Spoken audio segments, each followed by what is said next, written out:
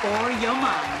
3 hosts, 3 actors, 3 friends with 3 very different perspectives, and inspiring guests every Friday at noon. I'm your host, Sasha Kerbel. I'm Rico E Anderson. And I'm Rachelle Henry. Prepare yourself for 60 minutes of high voltage conversation. And get ready to supercharge your brain. Because it's time for the Lightning Hour! Paul Anthony is an actor, producer, songwriter, and a vocalist. Paul has had over 30 years in the entertainment industry, and he's the lead singer of the Grammy Award-winning R&B hip-hop pop group Full Force. Paul formed the group Full Force alongside his brothers Lou, Bow-Legged Lou, and Brian B. Fine, as well as members Gerald, otherwise known as Baby Jerry, Curtis, Kurt TT, and JR, otherwise known as Shy Shy. Paul has worked with such groups as Lisa Lisa and Cult Jam, Black Eyed Peas, Justin Timberlake, Backstreet Boys, the Godfather of Soul, James Brown, Patti LaBelle, Rihanna, Nicki Minaj, Britney Spears, NSYNC, Lil Kim, Fergie, Bob Dylan, and the late Selena, to name just a few. He has received several gold, platinum, and diamond records for his work. Paul is also an actor, known for his roles in House Party, House Party 2, Crush Groove, Coach Carter, and the TV series Martin. Paul's biggest accomplishment is that he is a cancer survivor. He had to take a hiatus from his entertainment career to focus on molecular invasion called mantle cell lymphoma. Paul is an advocate when he brought MCL awareness to the front and became a cancer champion. Paul was a cancer champion that overcame this disease and underwent bone marrow transplant thanks to his brother Lou being a 10 out of 10 donor match. Paul has been in remission for some time, and after fighting his cancer, he was inspired to create his foundation, the Paul Anthony Foundation Cancer Champion. But Paul's not done yet. He's also written and produced another single called A Love of a Hero, featuring Brian Innerfeld. Now, Paul's ready also for the next chapter in his life, which includes a start back into the world of acting. And while Paul is working on his acting, he is continuing to produce, write songs, and is looking to establish new singers and new groups. There is definitely no stopping this positively creative talent. 2021 will bring the long-awaited Full Force Brothers story biopic or documentary.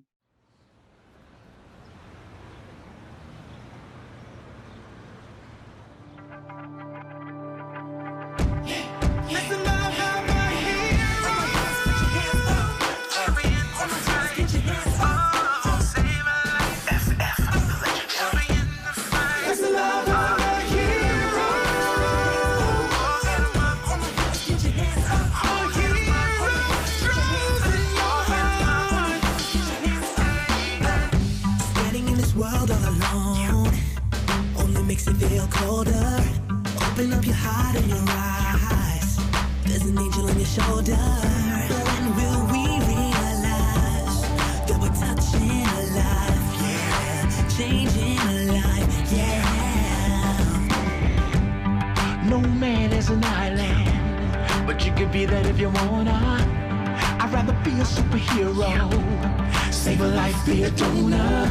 That's when we realize that we impact the life, yeah, exact life, yeah.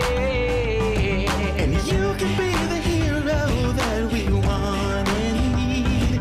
Just show and give your love, stand next to him when you need. And let's share the love worldwide. That's the love of a hero. A hero grows in your heart. That's the love of a hero.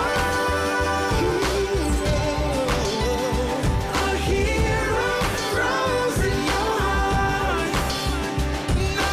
Ladies and gentlemen, welcome our guest, Paul Anthony! Woo! Hi, Paul. Welcome to our show. We're really, really excited to have you on. We're so excited to have you. Thank you. Oh, no. I love the fact that it's new energy, new connections. Yeah. Oh, yeah. I love this. I love this. Because, you know, Full Force is timeless. So it only makes sense.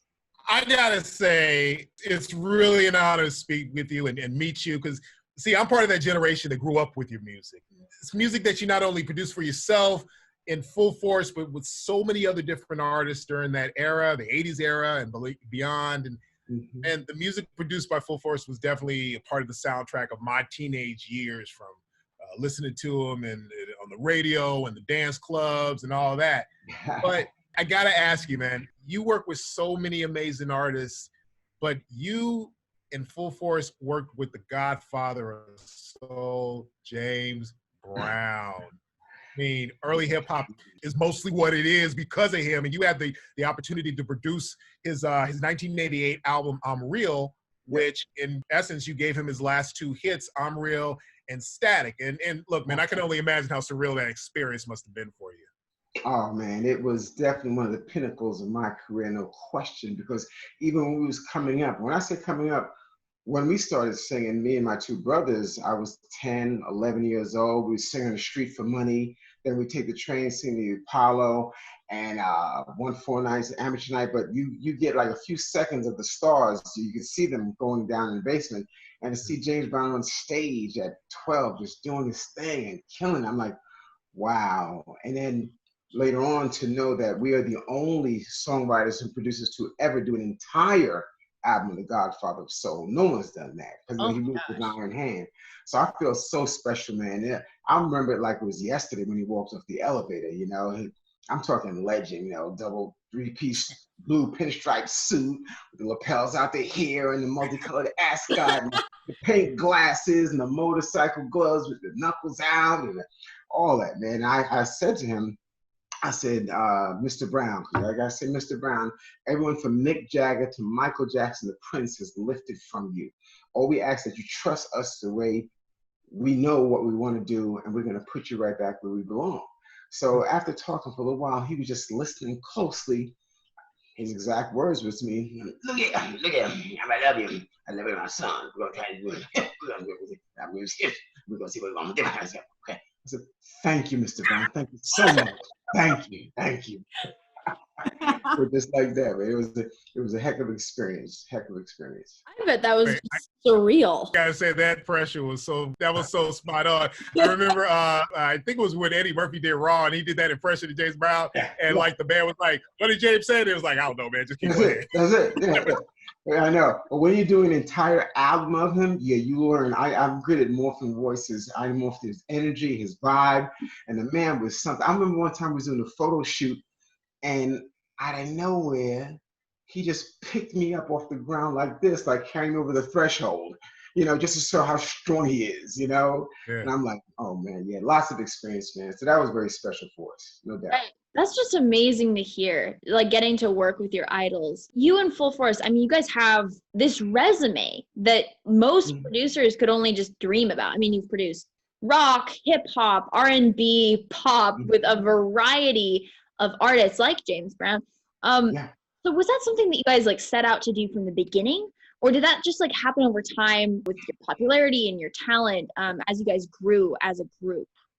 You know, it grew as a group when we got with our cousins, Kurt, Baby Jerry, and Shy Shy, me, my brother Bowler and B Fine. It grew, although instinctively it was in us from the beginning, because our Uncle Sita and our father always showed us to have different facets of what you do. And my father always said a singer is an actor, and he always told me don't sing the song, become the song, and have several revenue streams. So we learned this early on, but that wasn't our goal. Our goal was to become artists. But after we got turned down by every label, most of the times, we said, okay, we get it. And our late manager at the time, Steve Salney, rest in peace, it was his idea. You know what?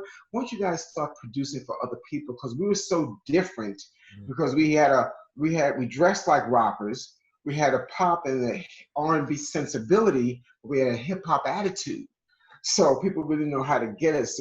We were kind of ahead of our time. So we said, let's just produce people. And that's what we said. My younger brother B-Fine came with the idea to find a girl that disses everybody. And at the time he loved the Police, and that's where he came with the name Roxanne, you know, UTFO, which is a classic to this day. And then after that, my brother B-Fine said, you know what, there's a void in the industry. I I don't see any Latin girls really doing that thing. So we purposely set out to find a Latin girl that could do her thing, that could sing great, that all girls could sing like it. We found a young lady named Lisa, and we named her Lisa. Two guys that worked with us, put them in the group Cult Jam. We wrote and produced everything. We managed her too. And that's what really gave the birth to freestyle music, you know, us doing that. So yeah, we were on the crest of a number of things. That's just, it's mind-blowing how you guys were able to not only work for yourselves, but also help bring up other artists. That's just, it's amazing. It's a special feeling. I think of, I can give you so many stories. I remember when there was we were signed to Jive Records, the publishing, and they said, Paul, I remember the head of the label, Clive, called. He said, Paul, you know, I've got a girl. I think she's a star, but I don't know. I want you to woodshed her, do what you do, bring that thing out of her. I'm going to send her to Brooklyn, let her camp out with you guys for 3 weeks. I said, okay, where's she from? She's from Louisiana. I think she's got star quality. I said, okay, we'll do our thing. What's her name? Her name is Britney. I'm not sure, but you work with her. Let us know. So we had a young little starlet named Britney Spears crashed in our basement for like 3 weeks, kept working on some vocals and vibing and everything. And I mean, she'd be sleeping on the couch and we fall asleep, wake up, hit the studio. There's lots of stories like that. And she's still like our little sister, you know, no question. Oh my gosh. And with all, oh my God, I imagine how many stories you've got. And yeah, oh yeah, it was a great time. I mean, I have some Kiss stories. Me and Paul Stanley was very close. I hooked him up with Samantha Fox. He introduced me to Gene Simmons. We had some fun times back then. And back then it was off the chain. So it was just crazy times, you know, but lots of special stories with, you know, lots of the Backstreet Boys, being on the compound with them and NSYNC, and then, you know, Hall & Oates and all the raps. I remember the first time Method Man came to our basement to work on, he was touching the walls and the ceiling saying, yo, I'm here with full force. Yo, I mean, yeah, man. So, I mean, there's so many different stories, but it's blessed, man, that we enjoyed and experienced that. we want to know, how did Full Force come about, and what made you, your brothers, and the other members want to form a group? Oh, well, I mean, that's easy. I mean, in our family, the George family, music and singing wasn't an option. It's what you do. Okay, my dad, he sung with the doo-wop groups and what have you. And then he first heard me singing in the shower. Okay, and I think at the time I was just turned 11, and I had my vibrato, and I was just singing a Smokey Robinson song like, you can want, you can feel, and can care. He heard me just doing melodies. He's like, he told my mother, said, no, Anthony got a voice. So I was just singing, and next thing you know, I'm singing with his group. I'm singing on the street, you know, just with everyone around me. And then my brothers, then my father's trained them how to sing, and then we all formed a group, you know. And then later on, we got with our cousins, because B plays drums also. So B would go around the corner and play with our cousins. And one day Lou said, yeah, let's go around the corner and see what B's doing with the guys. And we saw, okay, well, Jerry's on keyboards, Junior's on bass, Kurt's on guitar, B's on drums. We said, yo, let's just form a group together. And he came with the name Full Force. And that's how it really began. But it started with us, and they were doing their thing, and we came together. And from then, we just kept doing a lot of shows, became the #1 band in Brooklyn. I mean, we'd go around with Rexograph photos that I made on my job when I worked as a messenger of our picture, 8x10, Elmer's glue, and we'd plaster all 5 boroughs. We started at 11 o'clock at night, we wouldn't go home till 6 in the morning. We'd take Curtis's father's car, he had an electric 225, we'd tape up the pictures all on the car, and we'd go around the neighborhood with a bullhorn. Full Force is back! Full Force is back! We ain't even gone nowhere, but we back. And by the time we finished, by the time we did the club, it was lines around the corner. Because, so even back then, we was engaging, we was influencing, we was promoting, we was building the brand, you know? So, yeah. You know, as artists, that's what we do. We promote ourselves. We find a way to get the word out. Even if we have publicists and we have people who do that for us, we still want to be able to find a way to get the people to know who we are and what we're all about. And right. I love that. I love it. It's like, where'd y'all go? Y'all never went nowhere. Right. Everybody's like, oh, really? They're back? Oh, okay. You know what I mean? You know, Welcome. perception. Yeah, we just saw you last week, but hey. Right. That just means that when you guys did like have your show, you just like crashed through, like broke everything. Yeah. Oh yeah. We was definitely ahead of our time, because the things that we would do in terms of performance, we would drain the crowd. There's been many times where we'd be on major tours and we'd come in, they say, well, who's gonna, you can put us anywhere, don't matter. We knew before the tour over, they're gonna ask us to close. And it happened every time, you know, Salt and Peppers, friends of ours, everybody. But by the time we finished a few shows, they would ask us to close, because the things that we were doing, the energy and the funk, and then just blazing it, and then all the showmanship. And then, you know, I was back then, no one was doing what I was doing, because I was always a bodybuilder working out. So I'd do my mandatory bodybuilding poses, take off my shirt, I'd have my posing briefs on, drop my pants, pose on stage, do this, do that. And everybody's like, you know, but nobody was doing those things, you know what I mean? And it was just crazy. You know? So it was a wonderful time, because we'd be on an R&B tour, and then sometimes we'd fly out to go with Lisa, who's on a pop tour, and then we'd fly with UTFO to be in a hip hop tour, because we managed our groups as well. So it was a great time. Now, one of the groups that you manage, and correct me if I'm wrong, was probably your first, or at least your first biggest one, is UTFO. Yep. And also known to a lot of people who don't know, a lot of the old heads, it's Untouchable Force. That's right. Okay. Man, I'm telling you, I was there. I was rocking out to all of y'all. I was there, bro. And your hit, Roxanne. It was insane, man. It created one of the biggest flash mobs of responses ever. For sure. With so many different records, and Roxanne Shante was the one who I guess you could say kind of kicked the whole thing off. Right. Was that all by design, or is that something that just kind of happened just because of just all those, because it garnered a lot of fun creative reactions to it by all these women that just all of a sudden came out, I'm Roxanne, oh, you did what? Let me tell you what really happened. Yeah. Once again, one of those words that are hot now, but we was doing then, it all happened organically, because that was not the plan. As a matter of fact, Roxanne wasn't the plan. Roxanne was the B-side. The A-side was a song called Beats and Rhymes, and the world-renowned DJ Red Alert, cool DJ Red Alert, he said, no, I'm gonna play the B-side. No, Red, play Beats and Rhymes. Roxanne is not, excuse me, I'm gonna play the B-side. So Red gets all the love for that. When that came, it caught us by surprise, because the reaction was bananas. I mean, and we had our own real Roxanne too, you know, but from Roxanne's dog to Roxanne's doctor to the son of Roxanne this, Roxanne, we're still in the Guinness Book of World Records for the most answer records ever. And it was just phenomenal. I like to say that we helped give birth to a lot of female rappers, because then came Roxanne Shante and Sparky D. So the thing of what we did almost 35 years ago, to also being the first guys to tell the world about Nicki Minaj. Also, she was signed to us. So we spawned that whole thing with female rappers. Real quick story on this, because so I'm originally from the San Francisco Bay Area. Okay. And I remember back in that day when UTFO, when that song was still hot, and the whole Roxanne movement was happening. I guess you could say it was a movement in a sense. There was this tape.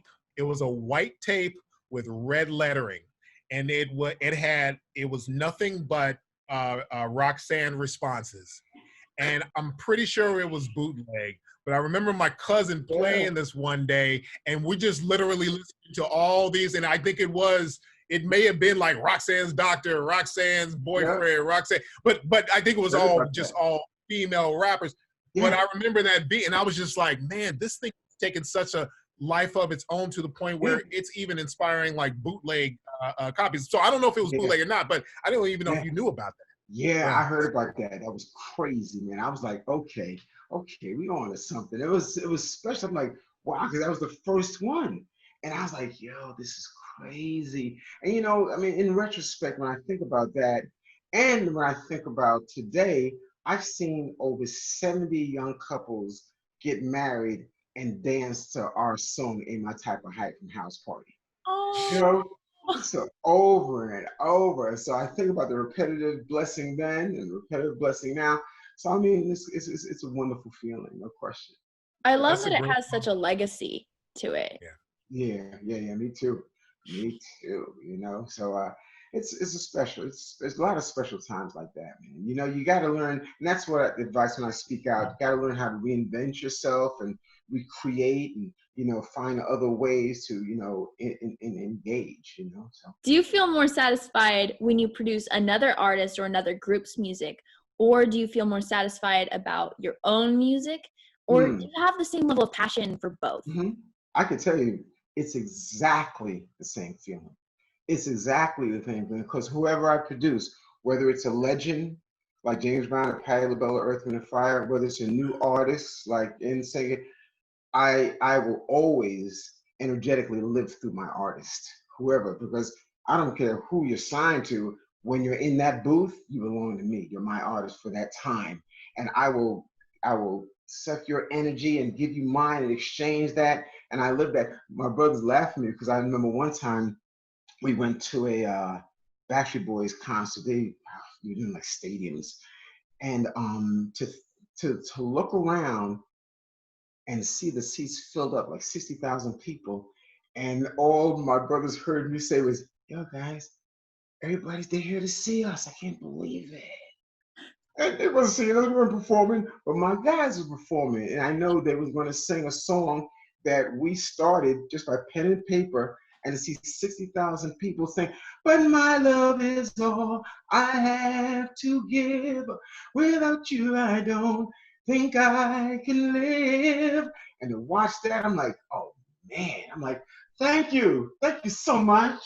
Surreal, right? It's surreal. Yeah, You really are a part of that. It really Absolutely. is part Absolutely. of your work. Yeah. So it's the same feeling, no doubt. Same feeling. I love that. yeah, me too. Oh my God. You touched on Lisa and Carl Jam, so we approximately imagine how did that happen, but could you go into a little bit of a detail on that story? Absolutely. A pleasure. Well, Roxanne was such a phenomenal hit that we all knew that it would be perceived as luck if we didn't come back with something else. So my brother B Fine, he was on the roll. He was the one to say, you know what? I know there's a void in the industry. Let's find that. So Mike Hughes, who worked with us and lived in the same area in East Flatbush, he went to various clubs looking. He went to a club called the Fun House. And he told Lisa about it. At the time, Lisa was 16. She told us she was 17, but she was 16. So he told her, you got to come down to meet her. So imagine Lisa coming to Brooklyn, Flatbush, Brooklyn, in the basement with 6 guys in full force. So she was like, Very okay. muscly guys. Yeah, pretty much. But she sang something, and I'm like, the melody was kind of crazy. I said, what do you know? And she said, Sheena Easton. And I heard it, for your eyes only for you. I said, oh, guys, that's our girl. That's our star right there. And that's it. We went to work and, started working with Lisa, but she had that natural instinct anyway, but we started working her, preparing shows, recording some songs. We wrote, my brother B Fine, he spearheaded the first song, I Wonder If I Take You Home. It was the 8th song on a compilation album on an independent label released in London. That's where that happened. Wow. And then it started heating up over there, heating up. And, Lisa was working at Benetton, a store on 59th Street, folding sweaters. And it started heating up. Then Mickey Eichner of Columbia Records, at the time it wasn't Sony, he said, okay, I'll take a chance. We'll release it out here. They released it here. All the time, we was writing all the time anyhow. It blew up. We got a phone call saying, you guys got 2 weeks to give us an album. And we was already writing anyhow. And next thing you know, that thing took off. I mean, the song took off. I mean, now you see all these Latin girls. I remember J-Lo auditioning to be a Lisa dancer, at the audition. Oh, absolutely. The line was down the block, and J-Lo was online to audition for Lisa because there was no Ricky Martin, there was no Gloria Estefan, there was no Menuda, there was nobody like that. Lisa was the first to bring out that Latin freestyle. dance music. And it was incredible because then after that we dropped, can you feel the beat within my heart? Can you see my love shine through the dark? And that went through the roof. And then I remember I was with a friend of mine real quick, and she just found out that her husband was messing around behind her back and everything like that. And I got there, we went jogging every Sunday, and she was crying on the stoop. And I said, what's the matter? Oh, I just found out that he was doing this and that. And I said, well, I mean, why don't you try to work it out? She said, Paul, no, I've got no more tears to waste. I'm like, oh man. She said, Paul, I've got no more tears to waste. I'm just all cried out. I'm like, ding, ding. I took a pen, wrote in my palm, all cried out over you. Then I said, okay, Pam, so continue on. What else happened? You know, help me finish my song. And she told me, and that's why I started the song all alone on a Sunday morning. Outside I see, because it was raining, and every time she was trying to explain to me what was happening, the cars were whizzing by, I could hear it. That's why I said, but the traffic was so noisy that you could, you know, so that's when that came out, and we knew that song would take it to a whole other level. When that came out, the album went platinum like this. We could do no wrong. In the meantime, UTFO, Roxanne went through the roof. Now we had to do their album. Now there was a bidding war between the guys who created Roxanne, and Lisa. And it was between Columbia and Warner Brothers. And I was having a ball, you know. It was a great time. And then the second album, that went through the roof because I came up with this idea of a song, and Lisa hated the title. I said, it's a number one record. I wrote the song, ooh, baby, I think I love you from head to toe. And that just went to number one. My brother wrote Lost in Emotion. That went to number one, and we was on fire, man. Both of us number one, boom, boom, boom. So Lisa was actually the number one artist in the world at that time, you know, and we managed her as well. So it was a great, great time. Well, now you've worked with so many artists. I mean, you named a ton of artists already. Are you still keeping in touch with these artists? Is there any possibility of any new collaborations with a lot of these artists? Yeah. We're gonna do some things. You know, it all depends on everyone's schedule. Lisa and I just did a telethon for the LGBTQ community. It was viral, but it was wonderful because I did a great introduction for it. You can see it online. But yeah, no question, because we pride ourselves on maintaining good relationships throughout. So we're cool with everybody, you know? And it's so funny because our last album, so many people came out to honor me on the project for being a cancer champion. So on our last album, we got 30 gold and platinum acts on that album. I'm talking Sheila E., Faith Evans, Raphael Sadiq, I mean 112, everybody. So it's all about the relationships and the love. So we always maintain good relationships, man. Always, you got to. You ain't going nowhere, in other words. Nah, man, nah. I'm gonna knock on doors. Hey, let's do something. Hey, let's go. I love it. I love the, keeping the love and continuing to collaborate and continuing to build those friendships. I mean, that's something that I really love about the entertainment industry and about, different artistic outlets is, the friendships you get to build and the different collaborations you do. And what I like to feel is that there's more of that right now, because most rappers, you'll always see a feature and everybody's coming together. Rap is the #1 music genre of the world, so you see a lot of collaborations all together. So it's good. It's good. Definitely a good time for that. How about we take a look at some of your work? Our guest today is Paul Anthony of Full Force. This is the Lightning Hour with Rico, Rachelle, and Sasha. We'll be right back.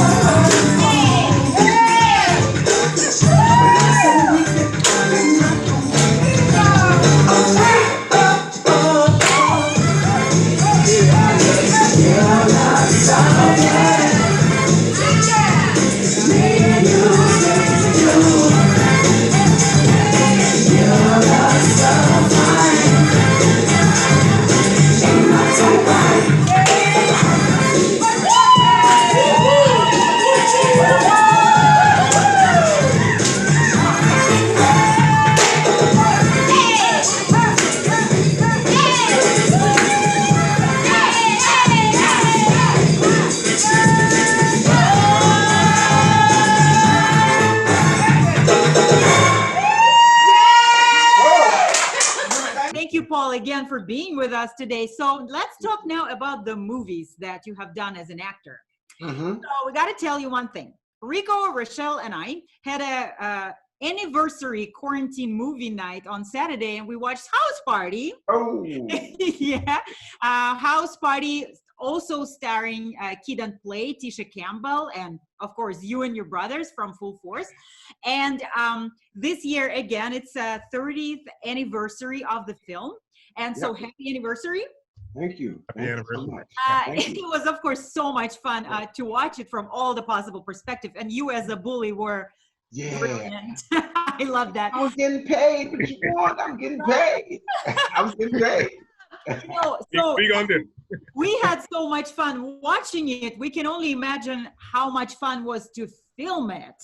Oh man, it was crazy. Yeah, you know there was Love Electric things happening. You can tell. I think maybe 1/4 the way down, we said, okay, this is going to be something special. We had no idea, so long, but we knew because of how Reggie put the script together and how it was a home feel music film. The funny thing is that I've had parents, I did an interview yesterday, and the parents said, me and my son, he's 6 years old, we watched it. And I'm like, that's when you know a movie really transcends and resonates, because we cussing our behind off in that movie. But the parents are like, don't you know not to say, okay, just look at the movie. But you know what I mean? So it's those kind of things, man. But it was magic. Everybody was tight. Martin, Tisha, AJ, the Chill, Groove, Kid, Play. We were cool then. We're cool to this day. It was special. Absolutely. I did a project with Kid, with Christopher Reed recently. We worked on the same charity projects, Ripped Gone Wild, and so it was fun to the world is really small. Was that your first acting role or not?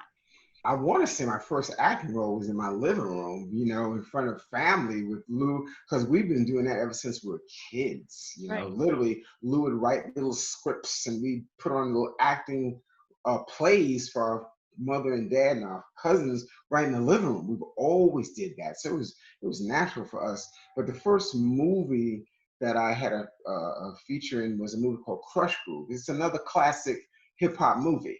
Oh yeah. And so in that movie, me and my brother B, we're beating up Blair Underwood and Ron and DMC, because we all came up together. Us, Run, Curtis Blow. I mean, we co-wrote basketball for Curtis Blow. You know what I mean? Yeah, a lot of people don't know that. That's how far. Absolutely. Oh my God. Okay. Yeah. I think we co-wrote basketball before we even did Roxanne, or at least I'm not too sure. God. Yeah, so every year when basketball season, I'm very happy. So yeah, I can imagine playoff. Right. So the first movie is a movie called Crush Groove, and then my brother Lou was starting a movie called Who's the Man, and then House Party just took it to a whole another place. One of your styles, you all work out. You're all bodybuilders, and you all really took care of yourselves. And I tell you, man, before I ask you this question, dude, it put a lot of pressure on all the brothers, because, the ladies are looking at y'all and they're seeing the pecs and they're seeing I'm not bad in the gun show myself, but There you go. Hey, but you guys were putting the pressure on us, so it made us want to do more push-ups, made us want to get in the gym more. Right. But a great representation altogether. And let's talk about that, man. You guys have always been about bodybuilding and just taking care of yourselves. Absolutely, man. Absolutely. And we're credited with being the first to bring fitness and bodybuilding in the mainstream of music. There's others that did it, but no one just put it right in your face. Especially me. I was the guy back in the day. I was the guy that would wear the things that others couldn't, say the things that others shouldn't, and do the things that others wouldn't. I was that guy. So I like being daring, going on the edge and everything like that. So you see us put it in the videos, in our concerts, working out, training. In my rider, I had to make sure there was a gym for me to go to and nutrition. So it was part of the lifestyle. So I just incorporated it with the music, along with the fitness and the training and working out.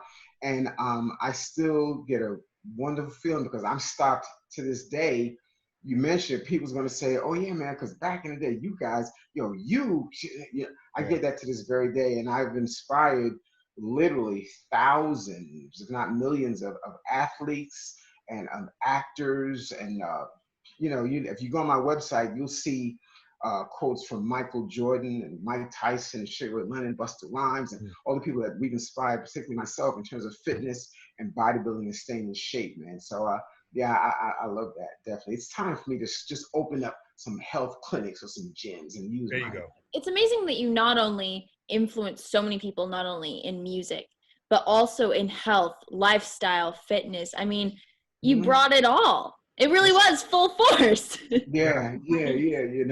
I have so many different phrases. So when I speak out, when I talk about all those avenues, I say, you know what? Whether it's me doing so many things or a few of us doing something separate coming together, it's all about alignment for the assignment, and that's what I use all the time. So yeah, just doing all those things because there's no limits. Somebody say, well, you can't such, or you shouldn't so, don't go so far. I'm like, there's no such place.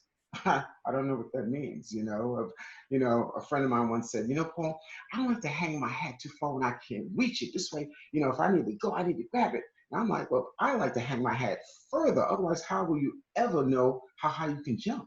So, there's no limits, man. There's no limits. We'll look forward to the grand opening of Full 4 Fitness here in Los Angeles. Yes, sir. Yes, sir. We will be your customers there. Okay. There you go. Now, along with House Party, you like you mentioned, you also did Crush Groove. I also noticed that you are also in Coach Carter as well as the TV series Martin as well. So, right. That was the other me. Yeah, that was fun. That was fun. Yeah, the Players Ball.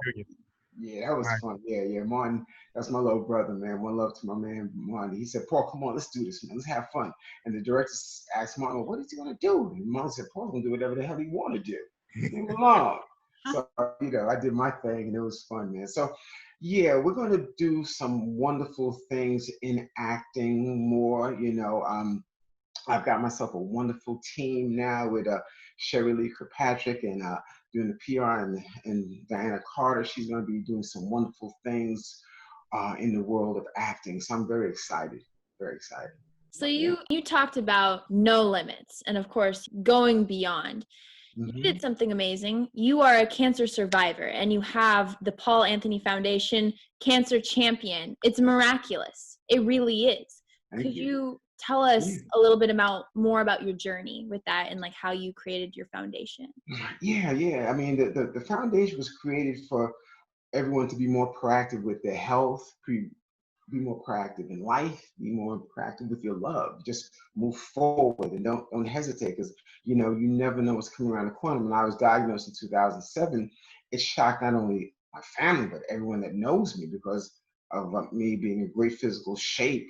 I mean, I remember when my training partner saw a lump in my neck. I was doing reps on the squats like 4 or 5. I felt nothing, and when I went and checked it out, I mean, he saw the lump on Wednesday.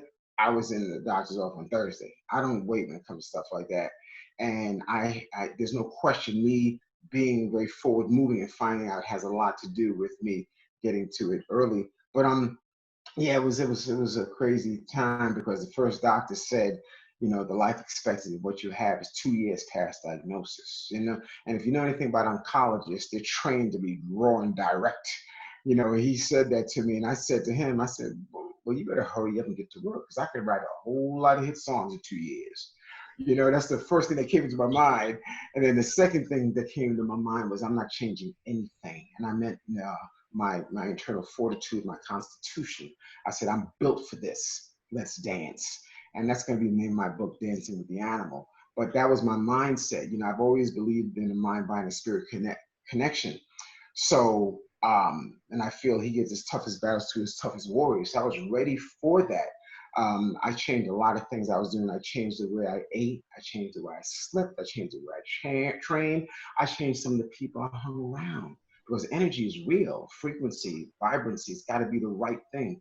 So, it was a long journey, mine, you read, it says no cure and life expectancy, when you look up mantle cell lymphoma, it's no cure, it's deadly. You look, and my mindset was, can't be talking to me. I'm special.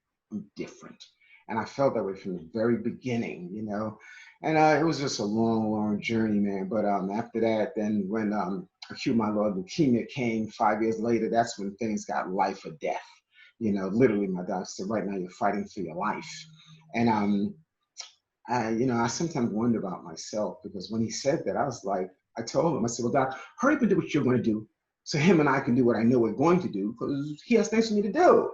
And that was my mindset. And I'm like, all right, maybe I should look at this more seriously. But I knew it was serious, but navigating and, accentuating, gravitating, and just going around it. That was my whole thing, you know. So, just position. So now I use the music to feed the purpose. You know, that's where I'm at with it right now, you know. So I can go into depth about the stories and me working out in my room. I'm doing chin-ups before every chemo treatment. I said, oh, let me, make sure my catheter don't fall out my chest. I'm doing chin-ups in my door. I'm doing push-ups and getting ready for the transfusion. Oh yeah, I gotta get ready. Let's go. And, just doing all kind of things to manipulate the energy. No, I just wanted to say that, of course, it doesn't come into any close comparison to what you experienced, but I'm a cancer survivor too, although mine was, it's breast cancer, and they caught it so early, also because I don't wait for anything. And also I just went for actually regular checkup that I didn't have to do, but so they found it really early. But it's still, although mine was, they said it will be fine, it's not life-threatening at this point. So it's still, it's a giant stress, and you start immediately to reevaluate everything that is happening with your life and all your connections and everything. And, I made a choice to be optimistic. And I was like, that happened to me already. So why would I think about the negative thing? Let me think about the positive thing, and I'm going to beat it anyway. So, but there are still these moments when you're alone, when all of a sudden, boom, and you realize all the seriousness of what's happening with you, and you cannot get away. You cannot run away from that. So were there any specific things that helped you go through it emotionally? Like, to give you an example, for instance, for me, it was a TV show, One Day at a Time. I loved them for that. They really saved me emotionally. Every time I would sink deep, I would just turn it on and watch another episode, and my spirits would be lifted up. So was there anything that helped you in such moments? Well, there's a number of things that help me in moments, but first of all, thank you for sharing. Okay, I love that, because that's what it's all about, coming out of whatever your challenge is. But once you come out and you speak on it, that's the first step towards true inner enlightenment. So you sharing that, it's very individualized, but still it's a challenge. So I appreciate you sharing that. There's several things that kept me going. I think one of the main things that kept me going, and this may sound, I don't know what's going to sound like, but things like this interview is what kept me going. I knew, not I thought or I wonder, or maybe I knew when he brought me through that, I had things to share. I had interviews like this to do. I had people to touch. I had things to engage. I was saying that back then with every treatment and everything. I'm like, okay, when he brings me this is part of the story. It's being written. I get it. I get it. I didn't miss it. And I just kept thinking those kind of things. Now, there are other things such as, my children, my wife, my family, full force things, because nothing is more gratifying and more fulfilling than knowing you have something or someone to live for. All right, that's more rejuvenating even yourself. So the fact that I knew I had, because I've always been the tip of the sword in the group, so I always knew that I had all these people to I gotta do this. I mean, in my room, I remember I had a PICC line and a catheter, but you come into my hospital room, you'll see my laptop, you see this, that laid out, the music is blasting. They said, Paul, turn it down. Because, my floor, I was in reverse isolation. I had no platelets, I had no immune system, but the music is blasting, and I'm just still doing my business going through, because I knew when he brought me through this, there was things for me that I was going to be assigned to do, such as this interview. I kid you not. That's all I kept saying. I said, okay, I get it. I get it. I'm built for this. I'm the one for this because got it. Let's go. Let's dance. So it's that kind of mindset that I kept throughout. And it was a long journey. Don't get it twisted. You're still challenged and everything like that. And I had the right people around me to galvanize my energy. But that was the main thing. That was the main thing. Because I said, okay, I got it. This is an extension of what I was meant to do. So I think he wanted me to make sure that my words of life and death would be taken very seriously. So that's why he put me through that. Another thing that I think is very important that you touched on earlier in your story, which I think is such an important thing. As men, we tend to blow off a lot of things that we should get checked. Yeah. And if we feel something, we just look at it like, I'll just take an aspirin, or I'll be fine.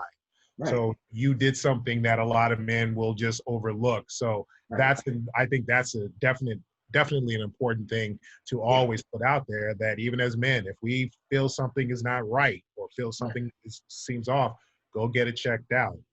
Don't wait. I tell them, I just said, listen, we're the endangered species. You can't wait on anything, and so I always tell them, remember, proactivation times integration equals eradication. I'll say it again.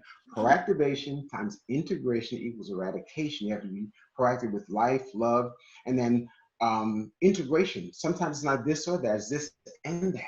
When you're trying to be successful, you have to find other ways in entertainment to do what you're going to do. When you're fighting an elusive enemy, you just don't come through the front door. You come through the skylight, the basement, the window. Use everything. I used acupuncture, alternative breathing, medicinals. I did that. I was arming myself for the chemo even more than the cancer. You know what I mean? So there's many tools to our avail that we can do before, during, and after the treatment. You know what I mean? So absolutely, man. It's key to put that out there because we sleep on ourselves.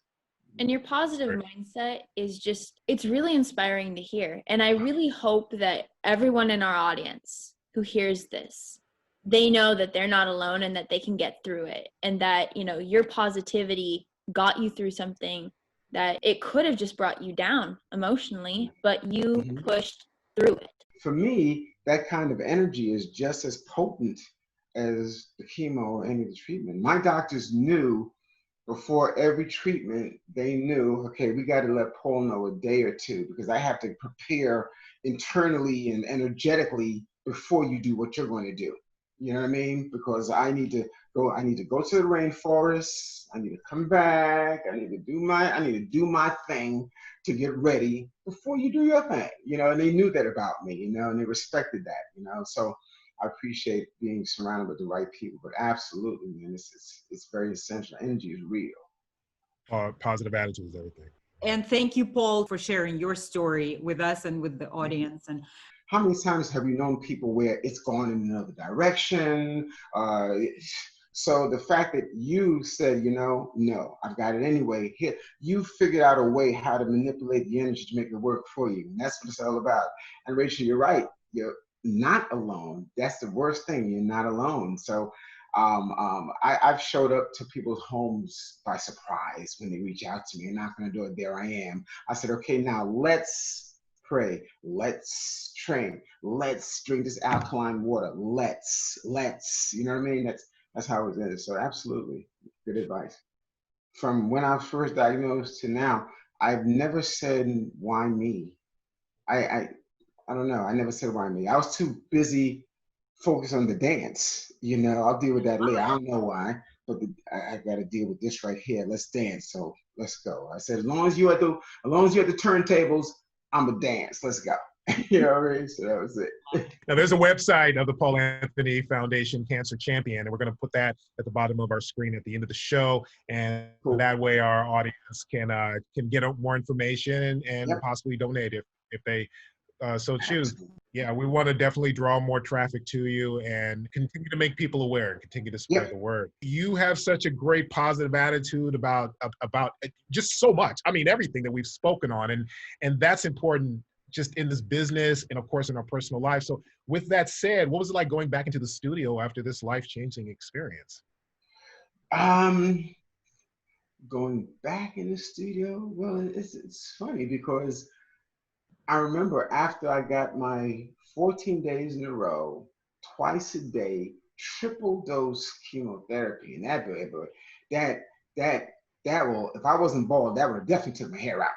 But when I got that, right after that, I asked permission of the chief of staff at Memorial Sloan Kettering, a hospital that I'm still an outpatient at, and I was allowed to bring my recording studio in my room. So I had my engineer, he brought a Porter studio, and I record in my room right after that treatment. And I wrote a song called I Feel Good, I Look Good, I'm God Good in my room, you know? So it wasn't went back. I never kind of stopped, you know, I was writing. So I was recording before I went, I was writing when I was in, I recorded afterwards. I just kept it moving. I told you I wasn't changing nothing. Yeah.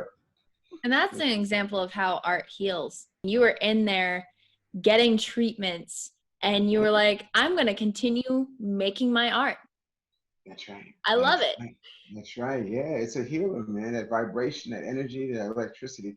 Absolutely. Absolutely. You got to keep doing what you do, you know? And I would tell people, I said, I'm not trying to call, because they walk in and I change the picture of the room. I change the color. There's times where the nurses walk in. I knew I was going to have a visitor. I'm ironing on the bed. I got my catheter on. I'm ironing my t-shirts to make sure it matches my sweatpants. And, you know, I said, oh no, I'm not trying to feel Sloan. Let Sloan feel me, you know? And there were times where you have to, after treatment, you have to walk around the floor with your mask on and your gloves, and you have to have that yellow gown. And you have to, with your tripods attached to you, I mean, your ivy pole, and you have to do 10 laps, you know, very slowly. And I got my glove, I got my gym gloves on. I took a yellow gown, I tied it around my neck like Superman.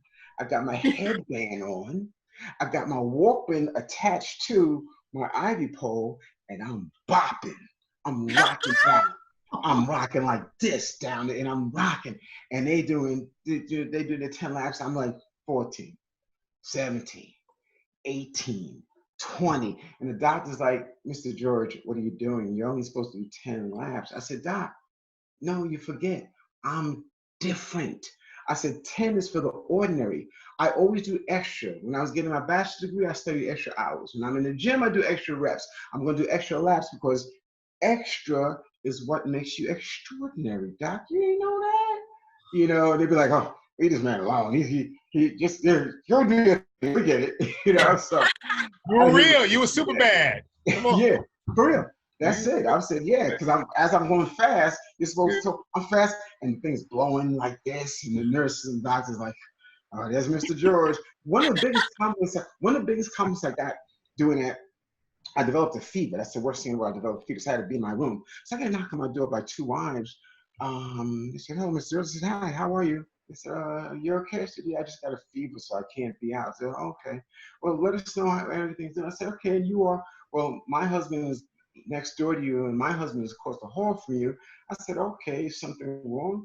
They said, no, they just said they refused to leave their room until you're better so they could join you doing your lives. Oh. And I'm like, wow. One guy was an old Jewish guy, about 75, and the other guy was, and I said, okay, well, tell him Saturday I'm going to get better, so we'll do it. So I come out my room, headband on, everything.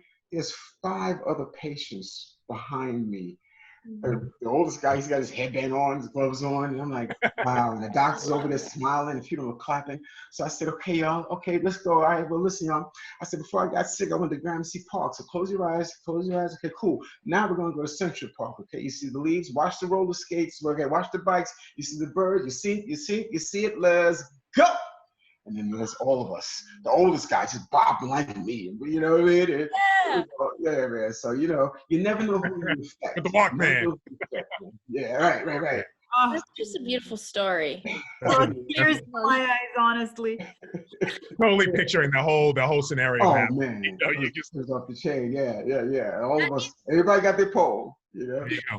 That needs to be in a movie. And speaking of movies, there's talk of in 2021 being a full force biopic or documentary. Can you share a little more? Yeah. It's long overdue, man. Yeah, it's gonna be special. You know, we're probably gonna get some guys to play our part and all that kind of stuff. But yeah, after this time, I'm excited about that. That's going to be very, very special, you know. So we're going to do some special things. As you can know, there's lots of things to go through, you know. So we're going to do that, you know, and it's going to be exciting because I'm like, well, what are we going to leave out, you know? I remember when we first was telling everybody. I remember telling Diddy about this young little pop group called the Backstreet Boys. He said, "Who? The back? Who? What? Who?" I said, "Okay, cool." And I remember, you know, we first telling the world, they didn't know who they were. I remember we walked into Diddy's restaurant, Justin's, and we came in there with Backstreet, NSYNC, and their managers, and everybody's like, what they up to? And then 6 months later, boom, you know what I mean? So that'll be in the movie. So there's a lot of things that'll be in it. So I'm excited about that, you know, so definitely. That's gonna be fun. We here at Lightning Hour have our casting suggestions. Rico would love to play you. Sasha wants to play Fergie, and I want to play Britney Spears. I was about to say. I do think so. I was about to say, yeah. Well, I see your hair. I saw the bicep. Okay, I see it. I might have to bulk up a little more, but I got the yokes, baby. I got the yokes. Come on. There you go. Yeah. There it is. That hurt. There. Yeah. I can play Backstreet Boys if you want me to. I'm an actor. There you go. We're all actors. Like an NSYNC. That's what I want to see. Yeah, I know. That's hilarious. We're all very versatile like that. Yeah. Who knows?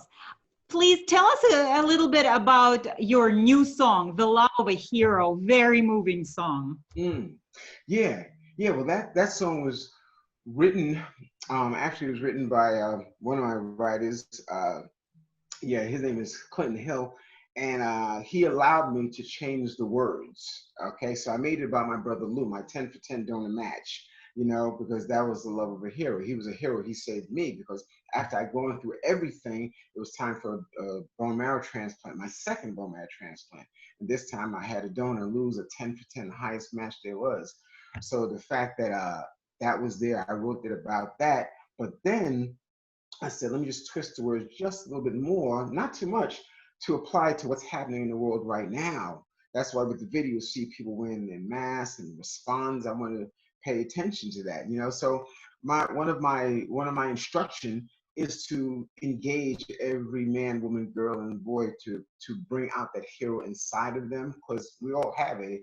It's just there, you know. I like to tell people through my journey through being a cancer champion, the cancers that I've had aren't the worst, and neither is pancreatic, neither is lung. I found that the harshest cancer is cancer of the spirit. And the way we cure that is with a steady transfusion and infusion of love. That's the love of a hero.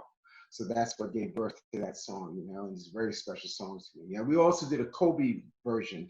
So I'm going to go and release that before his birthday in August, you know. Yeah. Our guest today is Paul Anthony of Full Force. Yes. And this is the Lightning Hour. We'll be right back.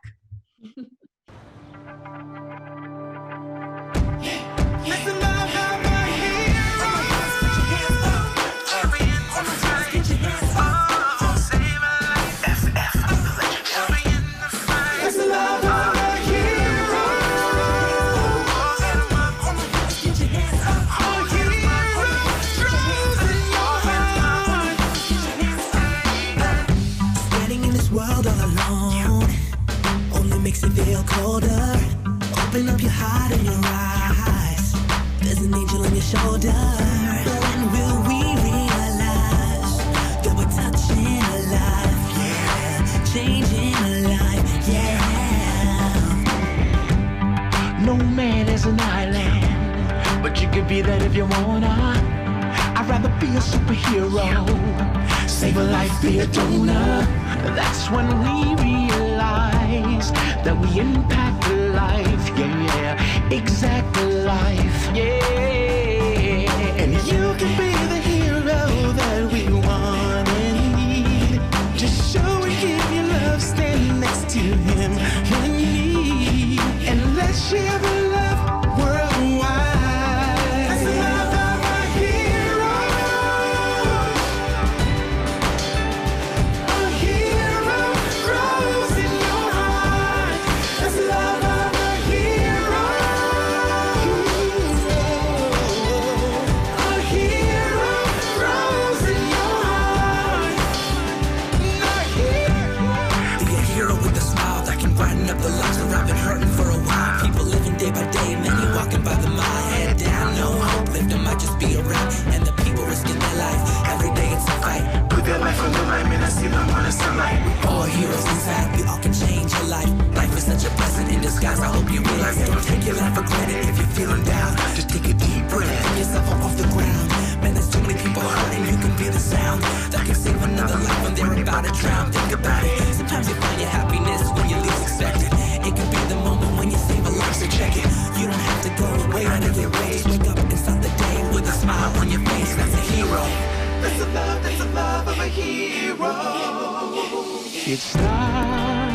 just a move, it's a movement. Come join us. Come join us. If I could save you today, not tomorrow, And you'll be able to tell the world that you're being saved by your hero.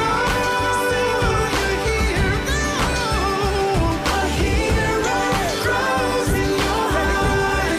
That's the love of a hero. A hero grows in your heart.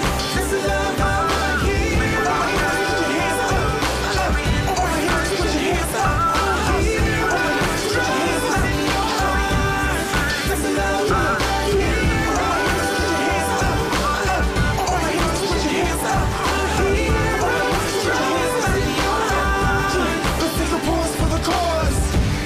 standing in this world all alone only makes it feel colder. Open up your heart and your eyes. That's the love of a hero.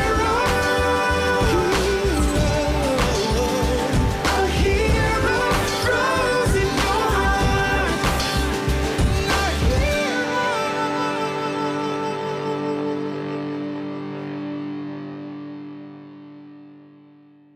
I love that. And now it's time for what we call random questions. Uh-oh. Yeah. So get ready, Paul. Here we go, buddy. All right. So now, and this is a very serious question, so I want you to really, you got to dig back. You got to go back here, okay? So now, listen, man. If Jerry Curls made a comeback, would you rock it all over again? Whew, that's a very easy question.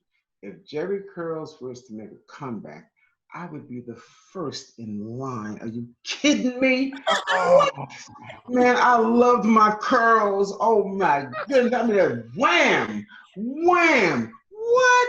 I had them just right. I was able to tell the weather by my curls. Because when you got to LA, everything just said pow. When you went down south, everything said, oh no. Yeah. I have messed up many a hotel pillowcase with my curls. And I love it. I'll be the first in line. Have my headband on. You know, when I'm doing my steps. Oops, sorry. you're just letting your soul glow. Yeah. Let your soul. Absolutely.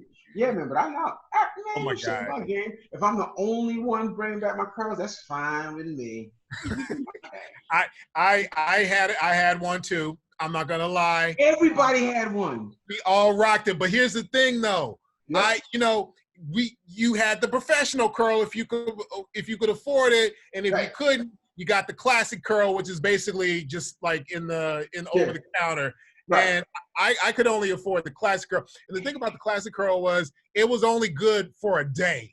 Like as soon as you came out with it, it was like you just left the got it done professionally. Yeah. But as time went on, no amount of activator could keep the curl like it was from day one. So Man, that was the problem. But man. You had to know. If your curl fell the wrong way, you was in trouble. Girl be like, oh no, his curl is raggedy. Excuse you, bye. Oh, you would move the girl like that over a bad curl. I got a picture of mine somewhere, which, and I'm sure I got some blackmail photos out there as well. And me and my curl, because, yeah, man. But yeah, good times at the end of the day, though. Woo, absolutely. I want to see both of you bring it back and then get a photo together, both rocking your dad. Oh my God. That'd be epic. That'd be crazy. I think Mother Nature's told me forget it, but I hear you. Hey, I tell you what. How about during the red carpet of the Full Force biopic, we both come through rocking at least the wig. Yeah. Oh no, we're gonna have to do more than that. We're gonna have to wear the wig. We're gonna have to wear the ripped T-shirt. We're gonna have to rock the headband. We're gonna have to. Oh yeah, we got to go all out, man, for that. Oh yes. Oh my gosh. And I do a lot of push-ups, so the pecs are like, yeah. I'm gonna have to find some Britney Spears inspired, Oh, that's okay. Oh. On that red carpet, I will dress as Lisa. Nobody will stop me. I was about to say. Yep. I'm gonna have Lisa bring you out and have Britney bring you out. Now, how's that? That'd be epic. Yeah. All right, we got Paul Anthony here, singer, songwriter, producer, vocalist, actor, over 30 years in the entertainment industry, and lead singer of the Grammy Award-winning R&B hip-hop pop group Full Force, who's with us today on the Lightning Hour. That's Yes. it. Absolutely. I love it. I love it. Yeah. Now, tell everyone where they can find you on social media. Okay, well, definitely, of course, my IG is The Real Paul Anthony.